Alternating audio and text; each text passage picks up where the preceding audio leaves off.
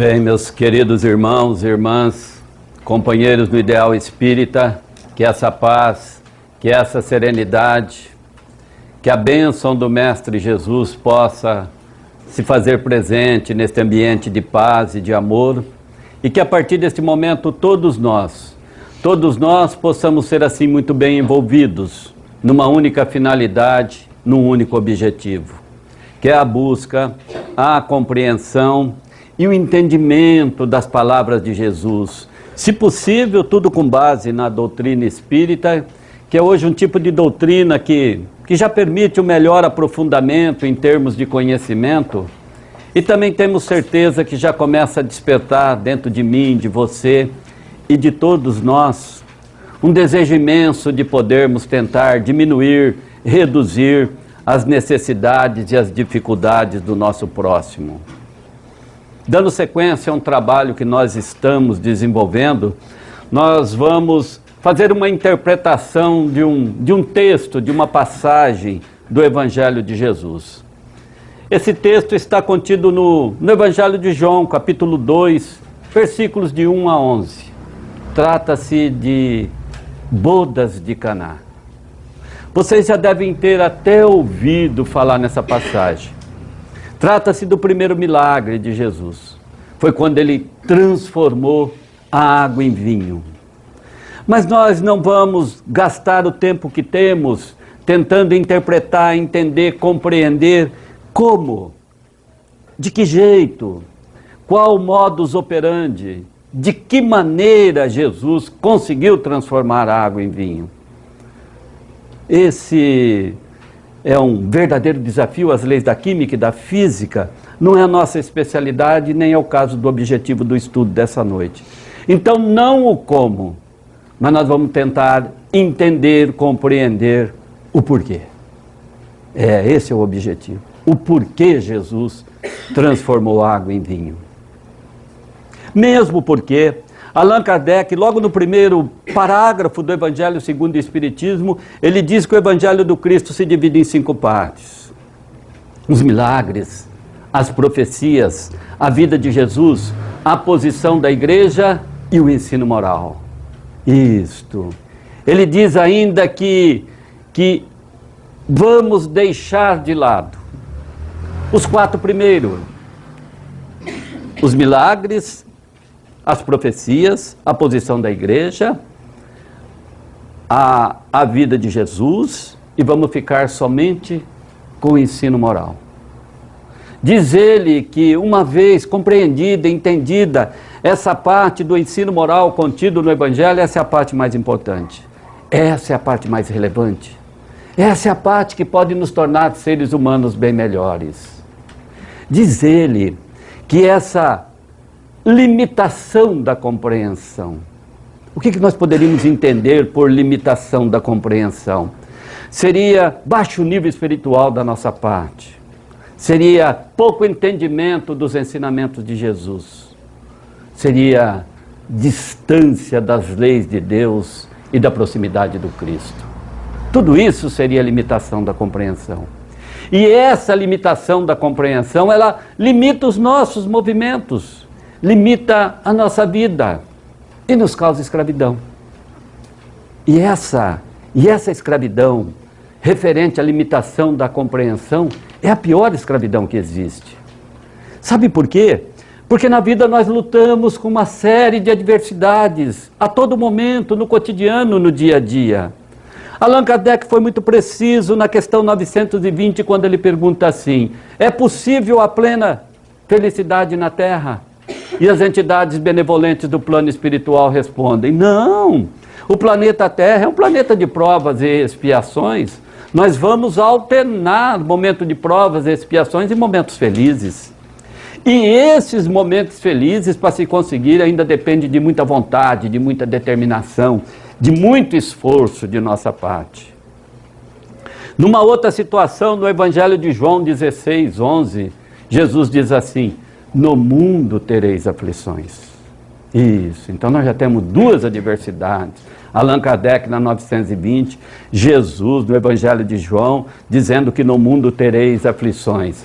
E nós temos aí que nós somos suscetíveis a todo momento de incorporar as chamadas doenças da alma, enfermidades do espírito, a todo momento, suscetíveis com facilidade. Eu vou falar algumas e você vai reflexionando aí, colocando na sua mente, no seu interior, se você tem algumas delas. Medo, insônia, momentos de tristeza, períodos de depressão, mágoa, ódio, angústia, raiva, agressividade, inveja, ciúme, egoísmo. Então nós temos aí essas que são as enfermidades do espírito. E você soma mais uma diversidade, que são as dificuldades do dia a dia, que são os problemas da vida diária, que cuidar de marido, cuidar de esposa, cuidar de filhos, pensar numa posição melhor para os filhos. Você tem aí também a melhora da tua parte profissional, você tem contas para pagar, você tem dificuldade de ganhar dinheiro, você tem o trânsito. Essas são as adversidades do dia a dia. E você ainda soma mais uma ainda que existe, que são aquelas que nós não queremos que aconteça na nossa vida, mas como vivemos no planeta Terra, a todo momento nós podemos passar por uma dessas que eles chamam de dificuldades da vida, problemas naturais da existência. Vou contar algumas delas. Nós fizemos a abertura de um curso aqui num centro espírita perto do shopping em Rio Preto, e toda a primeira aula desse curso eles acabam nos chamando para fazer essa aula. A aula é o que é o Espiritismo, do próprio livro do Allan Kardec. Talvez eles nos convidam todo ano para fazer essa aula, porque nós temos uma descendência evangélica, porque mamãe era evangélica, e nós temos uma descendência católica, porque papai era católico, e por ironia do destino, minha esposa dá sinais de comunicação, eu estou espírita, então eu sou um 3 em 1, sabe? Parece aquele doce da Sica que tinha marmelada, pessegada e goiabada, o 3 em 1, né? Então eles me chamam para fazer essa primeira aula. Então tem 30 minutos de exposição e os outros 30 minutos são para as apresentações. Nada mais lógico, vão ficar 10 meses juntos, é muito bom que eles passem a se conhecer. 58 alunos, 58 pessoas, uma metade espírita, uns 3 evangélicos e uma boa parte católicos. Católicos querendo buscar na doutrina espírita tipo de situações, de soluções para problemas que eles não encontram no catolicismo. Terminados os 30 minutos da pré-eleição, eles começaram a se apresentar. Levantou um espírito e falou, eu frequento aqui, eu vou fazer o curso para melhorar o meu conhecimento. Levantou-se outro, falou, eu frequento Kardec, mas moro aqui do lado, então também vou fazer. Levantou um evangélico e falou assim, eu quero saber como que é isso aí mesmo, quero entender, compreender muito bem a doutrina espírita. E aí começaram a se apresentar os católicos. E a primeira que se levantou, ela falou assim, olha, eu me chamo Marlene, nós temos uma filha que tem 18 anos e ela completou 18 anos a semana passada. Ela chegou em mim, no meu marido, e falou assim, olha mamãe, eu estou apaixonado por uma outra moça e a partir de hoje eu vou morar com ela, não vou morar mais com vocês. Como que lida com uma situação dessa? Que lida? Levantou-se a outra e falou, eu me chamo Neiva, olha, eu estou aqui com meu marido, é do lado aqui, nós dois vamos fazer o curso. Olha, nós temos um filho que é casado há 5 anos e esse nosso filho tem uma filha que é a nossa netinha. E essa nossa netinha, ela fica conosco desde quando nasceu, até os 3 anos, idade que ela tem agora. E ela fica desde as 7 horas da manhã, quando eles trazem, e fica mais ou menos até 8, 8 e meia, 9 horas, quando eles retornam do trabalho, eles levam ela para casa. 3 anos conosco. É a nossa razão de viver. É a nossa alegria principal. Mas acontece que essa minha nora, ela resolveu se separar do meu filho e é uma separação conflituosa. E ela disse para mim e para o meu marido que essa netinha nós não vamos ver nunca mais. Ela não vai trazer. Como que faz? Muito bem, problema natural da existência. Levantou-se uma outra e falou assim, olha, eu me chamo Maria. Olha, eu tenho um problema gravíssimo em casa. O meu marido, ele bebe 6 cervejas por dia, mas é um excelente pai de família. Meus filhos adoram ele. Todo domingo ele passa jogando tênis com os garotos. Meus filhos adoram esse pai. Mas ele bebe 6 cervejas por dia e agora está dando de chegar às 10h30, 11 horas. Mas ele nunca faltou do trabalho. Trabalhador. Nunca vi ele faltar um dia do trabalho. Ele bebe 6 cervejas por dia, está chegando um pouco mais tarde, 10, 10h30, e agora está resolvendo ir para a cama sem tomar banho. Isso está me deixando eu muito chateada. Mas ele é um excelente pai de família, ele nunca faltou um dia do trabalho. E sabe da maior? Esse sujeito é tão bom de coração que os meus familiares, o meu pai e a minha mãe, gostam muito mais dele do que eu que sou filho. Como que faz, hein? Será que uma separação aí seria um bom negócio? Ou será que tem um outro marido melhor do que esse? Então, nós temos aí 5 situações. Nós temos Allan Kardec dizendo que o planeta Terra é de provas e expiações. Nós temos Jesus dizendo, no mundo tereis aflições. Nós temos aí facilidade de conviver com as enfermidades do espírito, doenças da alma. Nós temos os problemas dinâmicos da vida moderna. E nós temos os problemas naturais da existência. E nós temos limitação da compreensão. Como enfrentar isso? Aí que está, que Allan Kardec coloca muito bem. Olha, nós temos uma semana, nós temos 7 dias de uma semana. E cada dia tem 24 horas. Se você multiplicar, nós temos 7 vezes 4, 28, 168 horas. E não vem dizer que um tem mais e o outro tem menos, não. Princípio da justiça de Deus, isso aí é igual para todos nós, para todo mundo, tá bom? Agora, como que você gasta isso daí? Como você gasta essa quantidade de horas por semana?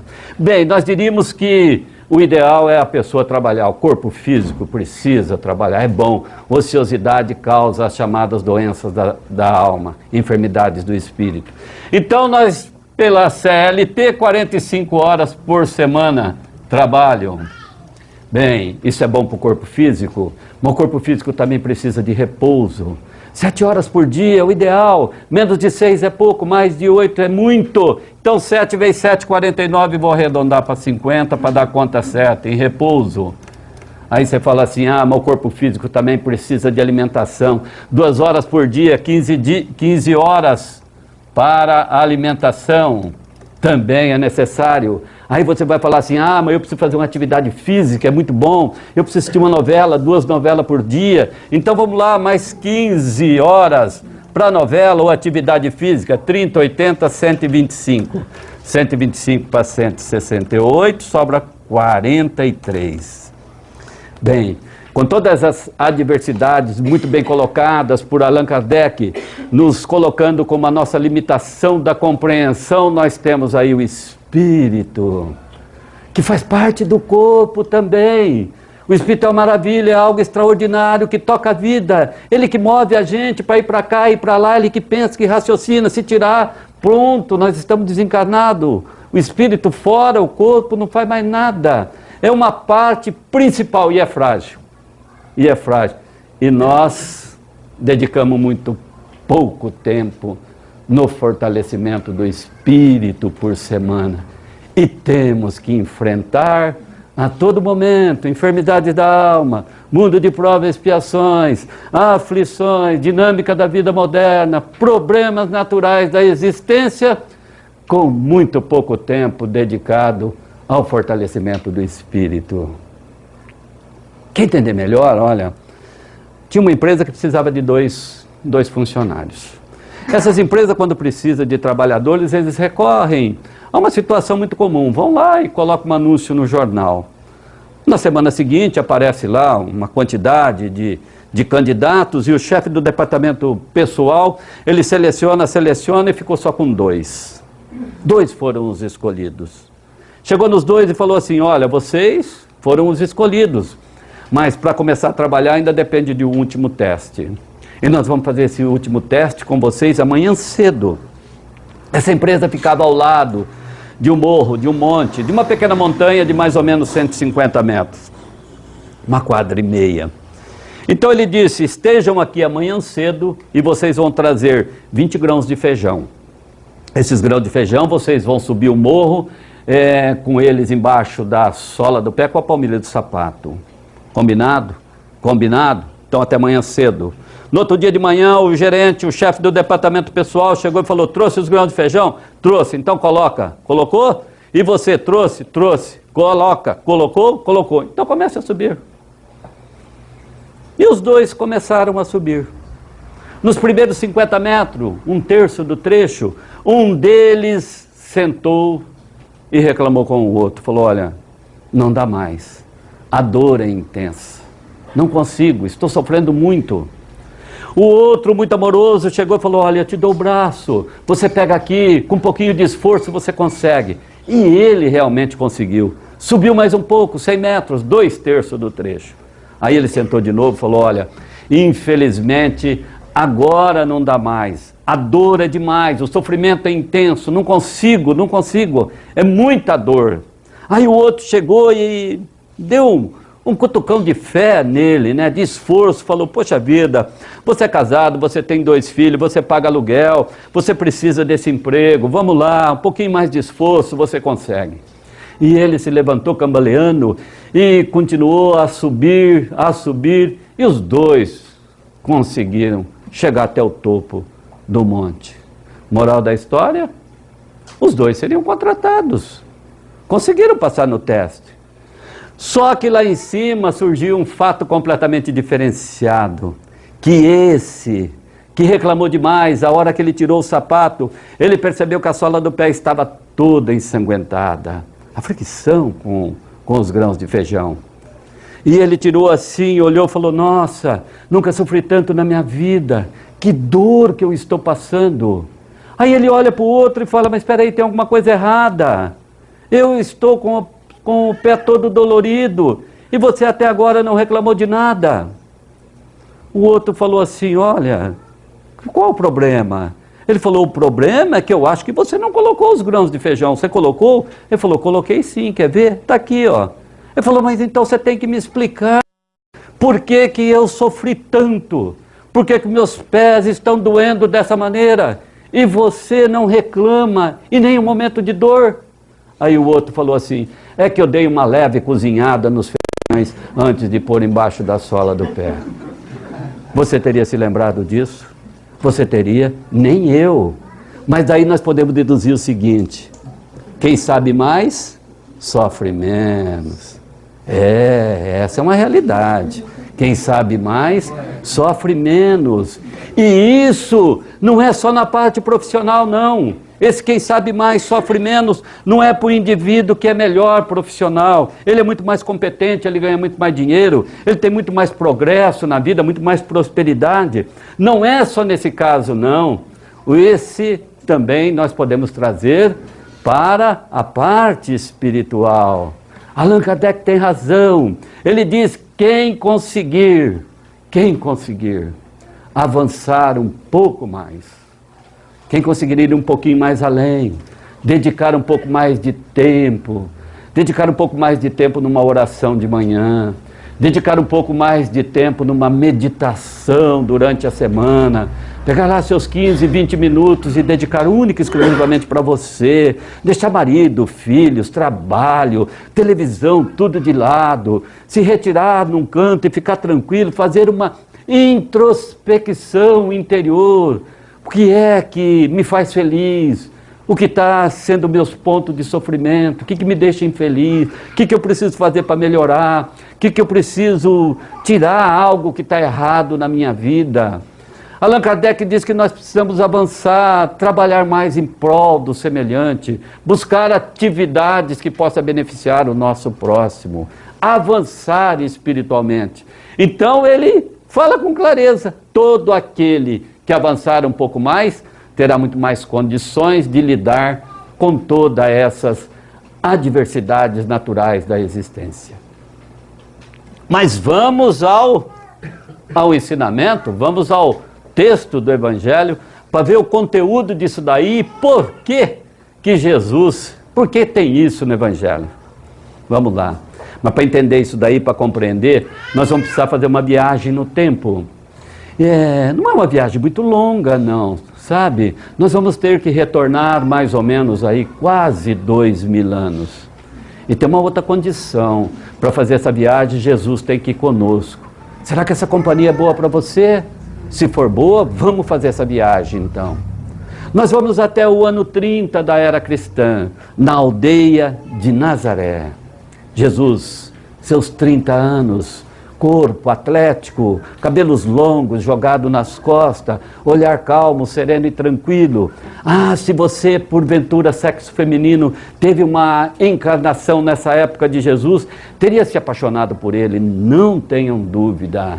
E ainda além mais, falava manso com as pessoas. Que bom, quando os outros falam manso conosco também. Jesus fica mais ou menos de 30 a 40 dias na montanha e lá ele se completa espiritualmente. Dali ele vai para uma região muito bonita, denominada Galileia, um lago de Genezaré, Tiberíades, também chamado de Mar da Galileia, porque a largura dava 13 quilômetros, de uma margem você não via a outra. Então ali na beira daquelas 5 cidadezinhas de pessoas simples, humildes, pescadores, Jesus conhece primeiramente André.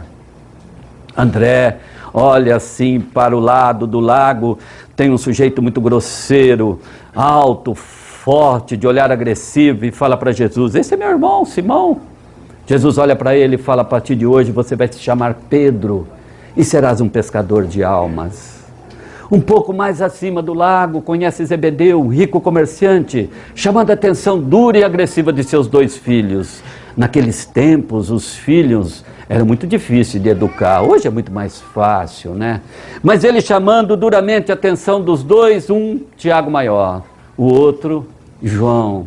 João, 21 anos, ainda menino. Estava formado o primeiro grupo de apóstolos, 4, seriam 12, mas esses 4 é que estariam mais presentes na vida de Jesus. Certa vez, Jesus está à beira do lago, assim, pregando para mais ou menos um grupo de 40, 50 pessoas, falando para eles a respeito do reino de Deus, da compreensão, do amor, mais paciência, mais perdão. E quando Jesus termina, aquele grupo se dispersa. E Jesus olha para Pedro e percebe que Pedro está tristonho, está com o olhar triste. E Jesus fala: que foi, Pedro? Tu não gostaste da preeleição?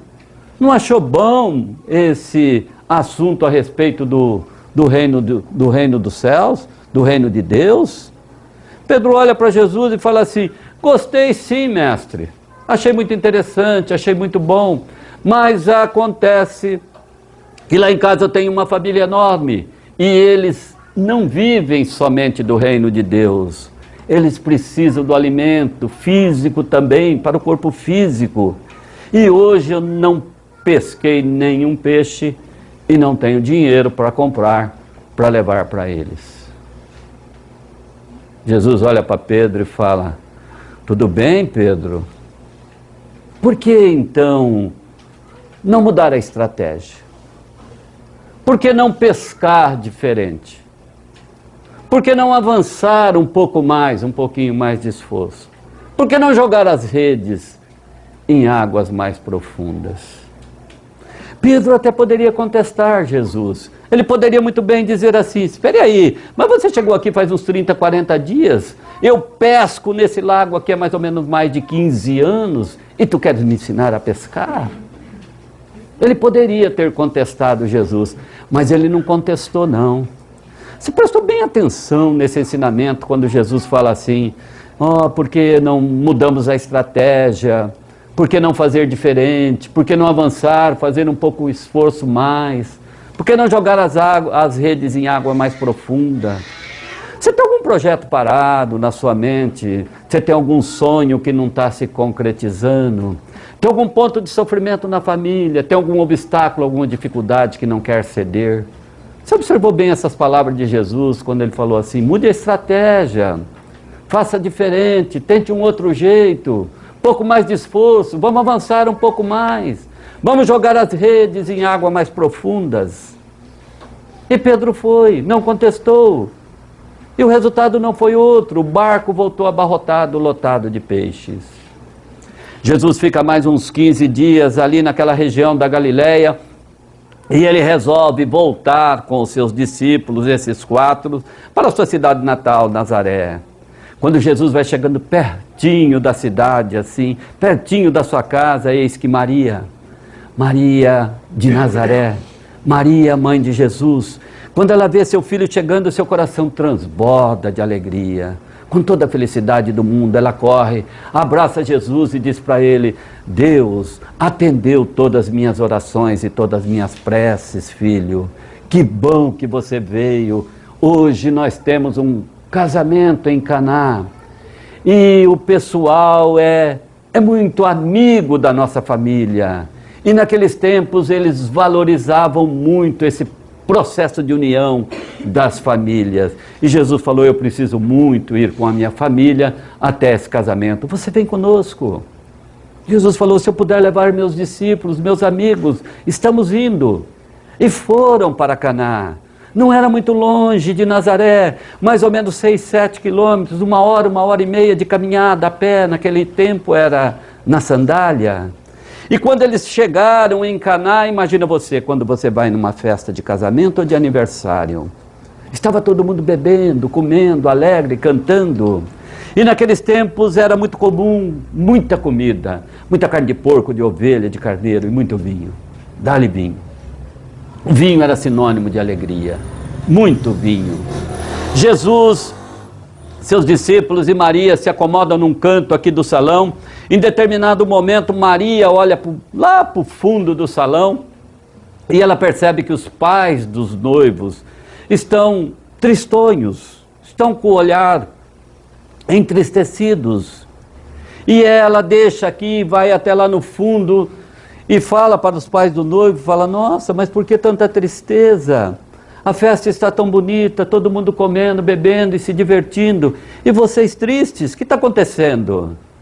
Aí os pais dos noivos dizem assim: sim, Maria, estamos muito tristes, estamos agoniados e não sabemos o que fazer, porque o vinho acabou e nós não temos dinheiro para comprar mais. Como Maria também não tinha o dinheiro, ela simplesmente retorna ao lugar em que estava. Jesus percebe, e ele vai até sua mãe e fala: mamãe, mas o que aconteceu? Por que tanta tristeza? Maria não pede nada a Jesus, ela apenas relata o que os pais dos noivos disseram: o vinho acabou. Jesus até que dá uma resposta contundente para sua mãe, quando ele diz assim: mamãe, que queres de mim? Maria não se importa com a resposta, ela faz a leitura no coração de Jesus. E o primeiro servençal que passa assim, servençal seria um criado, um garçom na nossa época de hoje. E o primeiro servençal que passa, Maria fala assim para ele: esse é meu filho, fazei tudo o que ele vos pedir, fazei tudo o que ele vos disser. Olha que colocação. Isso aqui toda quinta-feira, quando deixamos as nossas casas e nos dirigimos até esse centro de oração e de amor, mais ou menos nós ouvimos de um ou de outro essas mesmas palavras de Jesus: fazei tudo o que ele vos disser. O que Maria pediu? Fazei tudo o que ele vos pedir. São sinais, sabe? O Evangelho é um verdadeiro sinalizador para nós. Toda quinta-feira nos transmitindo sinais de um caminho de luz que leva a Jesus, o caminho de uma vida melhor, mais saudável, mais feliz. O Evangelho é que nem placa de trânsito. Quando você chega ali na esquina, rodovia, centro da cidade, e se você seguir essas placas de trânsito corretamente, você vai onde quer, no lugar que deseja, em segurança. O Evangelho de Jesus é a mesma coisa. Então Maria fala: fazei tudo o que ele vos pedir, tudo o que ele vos disser. E Jesus vai até um canto do salão assim, e olha para aquele servençal e fala: que tem nessas talhas? Talhas seriam barris, tonéis, tinham 6.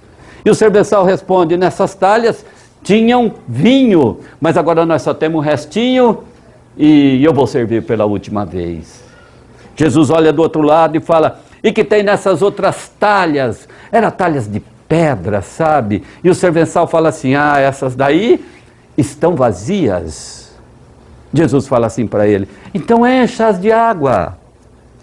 Eu fico observando esse ensinamento aí, e Emmanuel é muito claro ao dizer que muitas vezes nós estamos também com os corações petrificados e vazios. Igual aquelas talhas que estavam lá em Caná, vazias, petrificadas. E Jesus falou assim, encha-as de água. Talvez os nossos corações estejam precisando também de um pouco dessa água pura, líquida, cristalina, que jorra de Jesus, sabe? Uma água pura que cura, que liberta, que transforma, que traz alegria, que traz felicidade. Ele até poderia contestar, como muitas vezes nós contestamos também, como muitas vezes nós reclamamos, mas ele não contestou. Ele poderia até ter dito, não te conheço, você está mandando encher de água, esse povo quer vinho, não quer água. Ele poderia ter dito isso também, mas também não contestou Jesus. Encheu de água.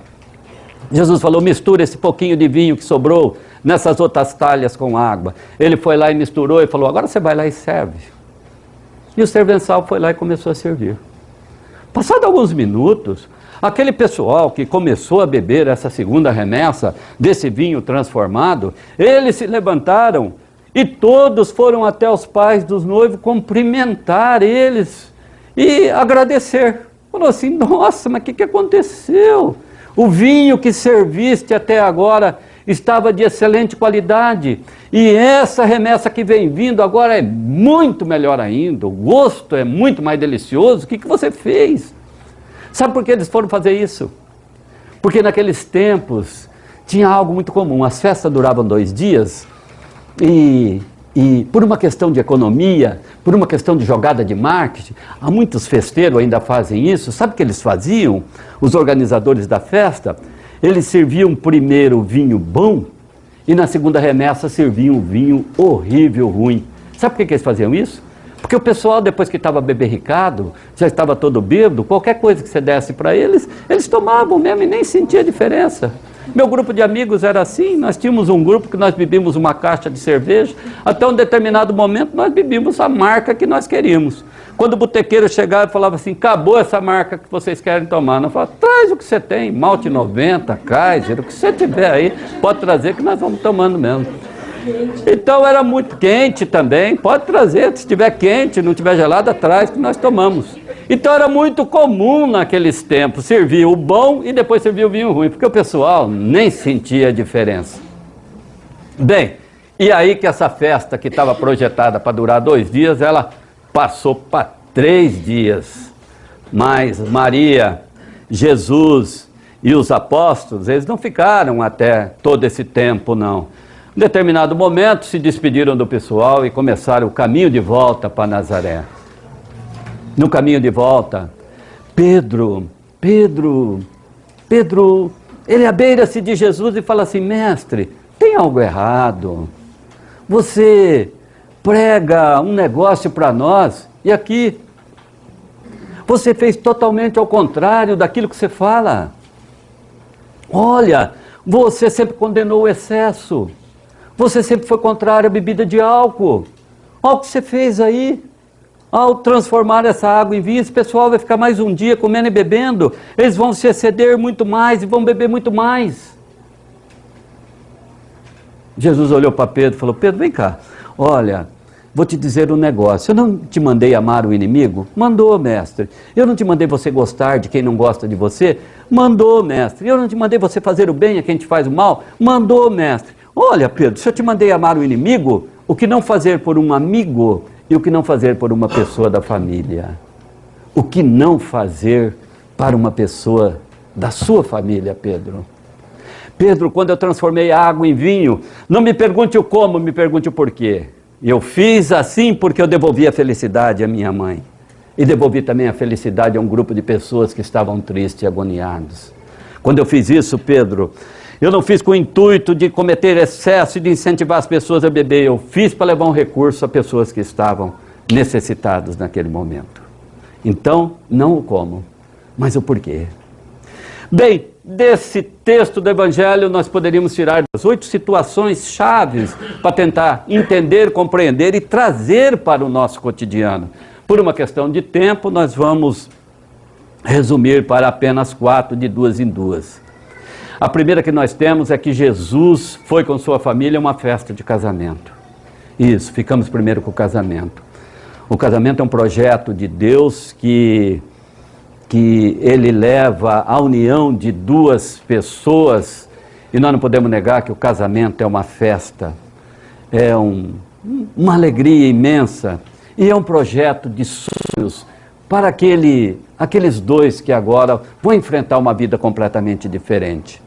Porque veja bem, quando eles moram na casa dos pais, eles têm comida na mesa, roupa lavada, não pagam aluguel e os bobos ainda vão casar. Não eles se casarem, então é um projeto completamente novo.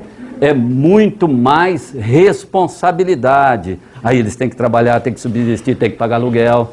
Em casa, até a mamãe colocava remedinho no ouvido quando eles estavam doentes, mas agora eles têm que fazer isso tudo por conta própria. E nós não podemos negar. Todo casamento tem suas dificuldades, todo casamento tem seus obstáculos, todo casamento tem seus imprevistos, todo casamento tem suas crises, não por falta de amor, não por falta de amor, mas por descuidos, sabe, negligência, dinâmica da própria vida acaba acontecendo. Veja por mim que coisa engraçada, dia 3 de abril eu aceitei uma palestra, fui fazer no Allan Kardec, 3 de abril, e quando a Mônica me ligou eu anotei na minha agenda.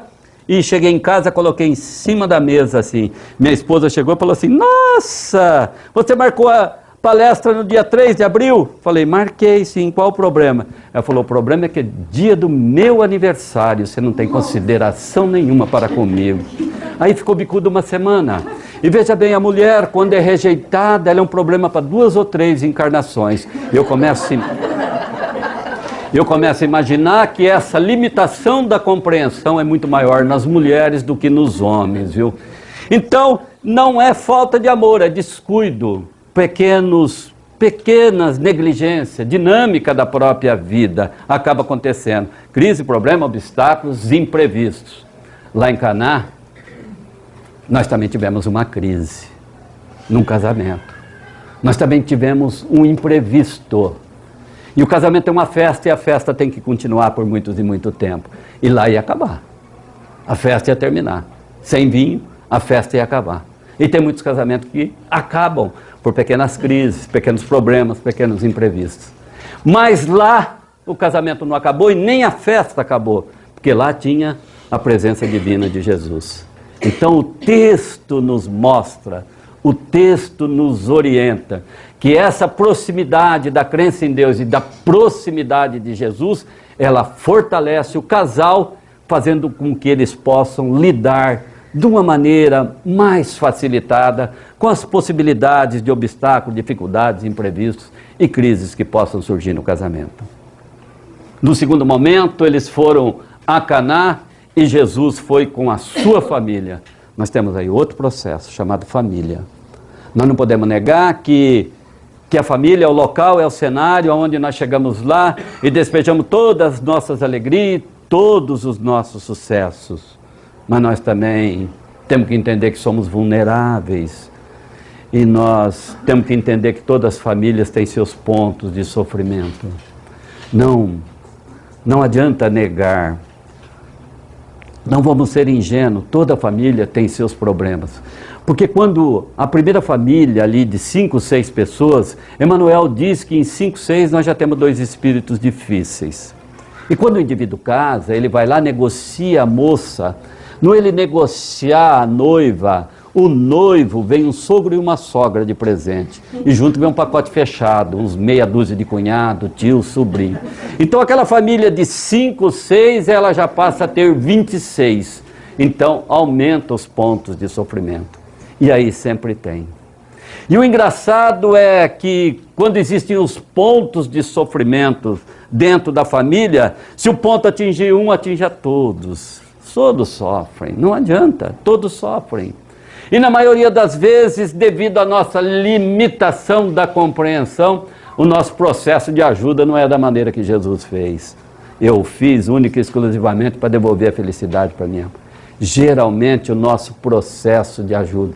Nós, ao invés de chegar com soluções, com ideia, com amorosidade, com jeito de tratar e de ajudar, nós muitas vezes chegamos e colocamos o dedo na ferida. Ele que fez isso, ele que arrumou essa encrenca, ela que arrumou essa encrenca, ela que saia disso. Então é gostoso, né? Se você tem um lugar que está doendo, você precisava que alguém chegasse com água oxigenada, o sujeito vem e bota o dedo na ferida, aí dói muito mais, não ajuda. Lá em Caná nós também tivemos um problema naquela família, problema gravíssimo, o imprevisto, a falta do vinho, ia acabar. E lá quando Maria chegou para Jesus e falou assim, filho, o vinho acabou, Jesus poderia ter botado o dedo na ferida. Tranquilamente ele podia ter dito para Maria, sua mãe, falou, mamãe, nós estamos indo embora, qual o problema? O problema é deles. Jesus poderia ter dito assim, mamãe, eu não bebo, e nem meus apóstolos também não bebem, o problema é deles. Jesus poderia ter dito assim, olha mamãe, esse pessoal aí é ruim de planejamento, eles compraram pouco vinho e convidaram muitas pessoas. Podia ter dito isso, mas ele não fez não. Então do texto do Evangelho nós podemos entender que não existe problema sem solução. Não existe não. Por mais difícil que seja o obstáculo, por maior que seja a dificuldade, por maior que seja o grau da doença que existe, esse texto do Evangelho nos prova que não existe problema sem solução, desde que exista por perto a presença de Jesus. Lá tinha Jesus, presença de Jesus. Manuel, claro, quando ele diz assim, olha, uma família pode ter tudo, tapete persa de 15 mil reais, pode ter televisão de 50 polegadas, pode ter net com 300 canais, pode ter carro zero, pode ter vestido novo, pode ter dinheiro, prosperidade, mas se não tiver Jesus lá dentro, faltou o principal. Faltou o principal. Numa sequência nós temos aí, quando Maria fala assim, fazei tudo o que ele vos pedir, tudo o que ele vos disser. Talvez seja essa parte muito mais difícil para nós, porque seguir Jesus não é uma atividade muito fácil. Apesar que ele não pediu muito, hein? Ele disse assim, ó, goste de você, ame a Deus. Uma existência, um presente da misericórdia divina. Então goste de você, tenha uma autoestima melhor por você. Você é diferente, é único no mundo. E faça pelo outro aquilo que você gostaria que ele fizesse para você. Não pediu muito não, mas nós temos essa dificuldade. Você já imaginou se hoje, na hora que você fosse embora, acontecesse um fato completamente inusitado? A hora que você fosse entrar no seu carro, ou fosse para casa, Jesus aparecesse para você. Olha, e se Jesus aparecesse para você? O que você pediria a ele? Você já pensou nisso? Você eu até nem sei, mas eu já iria pedir de bate-pronto, assim, falar, Jesus, pelo amor de Deus, olha, faça com que o meu filho passe nesse concurso de fiscal federal que vai ter agora em setembro, é 30 mil por mês o salário, né? Dá uma mão para mim, dá uma ajuda. Olha, me livra dessa unha encravada que eu tenho aqui, que as UBS não quer dar anestesia para tirar isso. Olha, ajude meu familiar que está com problema, coloca dinheiro na minha conta. É possível que Jesus olharia para mim e falasse assim, Bartimeu, te fiz você enxergar lá em Jericó, te fiz você ouvir em Cafarnaum, te fiz você andar lá ao lado do tanque de Betesda, você continua cego, paralítico, não ouve ainda. A pior paralisia que tem, a pior cegueira, a pior surdez que tem, é aquela que depende de nós, fazer enxergar, fazer andar, fazer ouvir, depende da nossa própria força. Depende da nossa própria melhora, da nossa vontade, da nossa determinação. E por último, nós temos aí o processo da transformação, quando Jesus transformou a água em vinho. Mas não essa parte física e técnica aí da transformação, mas a transformação interior da nossa parte. Esse também é outro processo, difícil para nós porque nós temos resistência às mudanças. Temos sim. Nós ainda temos uma imagem assim de que pau que nasce torto morre torto. Não é assim também não, sabe? Jesus no Evangelho de João 10:10, ele falou assim, eu vim para ter vida e vida em abundância. Nessa passagem, Jesus disse assim: você é filho de Deus, Ele quer te ver feliz, alegre, saudável. Você que é pai, você quer ver o teu filho triste, sofrendo. A mesma coisa acontece com Deus, Ele nos quer ver felizes, alegres, saudáveis. Agora, reflexiona, entra por dentro de você e se pergunta: está feliz do teu casamento? Está feliz da sua família? Está feliz do seu trabalho? Está feliz da comunidade que você frequenta, que você vive? Ah, se tem alguma coisa que está te causando sofrimento, alguma coisa que está te tornando infeliz, talvez seja o grande momento de proceder uma determinada mudança. Veja o que Jesus falou para Pedro. Pedro, ele falou: eu estou com problema, mestre, eu não pesquei nenhum peixe, não tenho dinheiro. Jesus falou: olha, Pedro, por que não mudar a estratégia? Por que não fazer diferente? Por que não avançar? Por que não jogar as redes em águas mais profundas? Então, se temos algum ponto de sofrimento, algum obstáculo, por que também não mudar? Por que não fazer essa mudança? Porque é benefício para nós mesmos. Aí, você se pergunta assim, fala assim para essa mulher aí, fala: olha, o teu marido bebe 6 cervejas por dia? Bebe 6 cervejas. E como que você lida com ele? Todo dia eu chamo a atenção dele. A hora que ele chega, eu reclamo que ele está chegando tarde, que ele bebe 6 cervejas, que ele está indo para a cama sem tomar banho. Ah, todo dia você reclama isso com ele? Reclamo, todo dia é assim. E se você mudar a estratégia, hein? Se ao invés de reclamar, chamar a atenção dele, você começar a falar: eu te amo 1 vez por dia. Será que não tem algum benefício, não? Quem sabe diminui para 5. E se você falar: eu te amo 2 vezes por dia, será que ele não diminui para 4? E se você falar: eu te amo 6 vezes por dia para o teu marido, será que ele não para de beber? E se ele parar de beber, você volta a alegria para você. Aí é uma mudança da água para o vinho. Milagre também. Isso é um milagre. Restaurou a alegria. Se você está infeliz no lugar que você trabalha, você está ganhando pouco, você não gosta do teu chefe, você não gosta dos amigos que trabalham nessa empresa, será que se a gente ouvir o recado de Jesus nessa parte do Evangelho, de que mudar a estratégia, se esforçar um pouquinho mais, fazer um curso profissionalizante, estudar um pouco mais, mudar de serviço, de trabalho, no lugar que você gosta, que ganhe um pouco mais, você também vai chegar na sua casa e vai falar assim: mamãe, papai, olha, eu estou tão feliz que houve uma mudança na minha vida, da água para o vinho. Isso é um processo de transformação. Também é um milagre.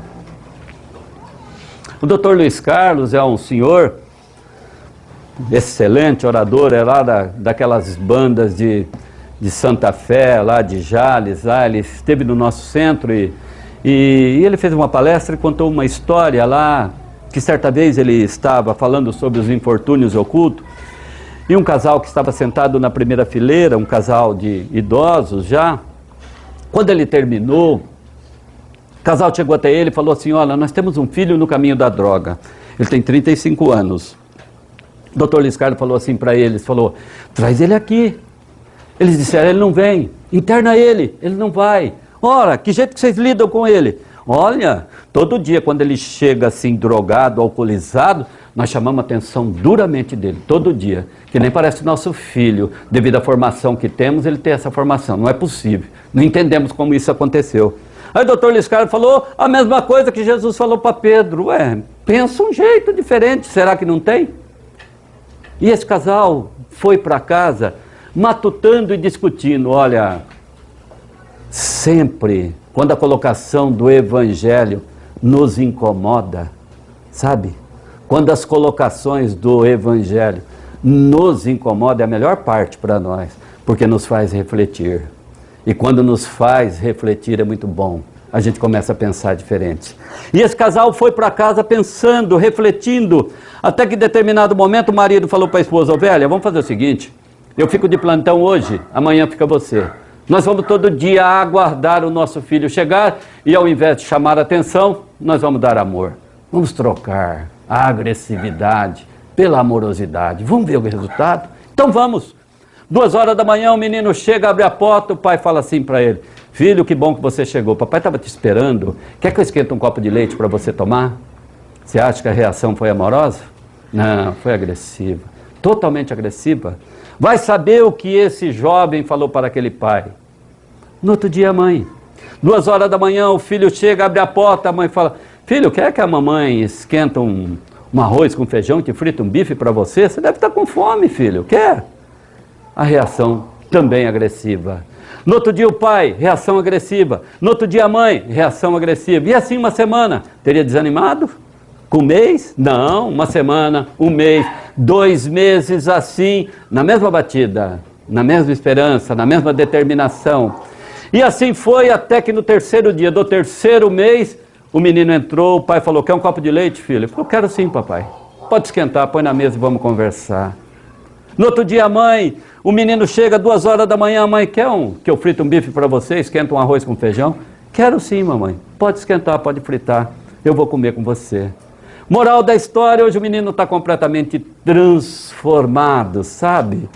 A injeção de amorosidade, de mudança de pensamento, de mudança de clima faz com que o fortalecimento do espírito, ele passe por cima do vício do corpo físico, sabe? É assim que funciona, quando nós nos envolvemos.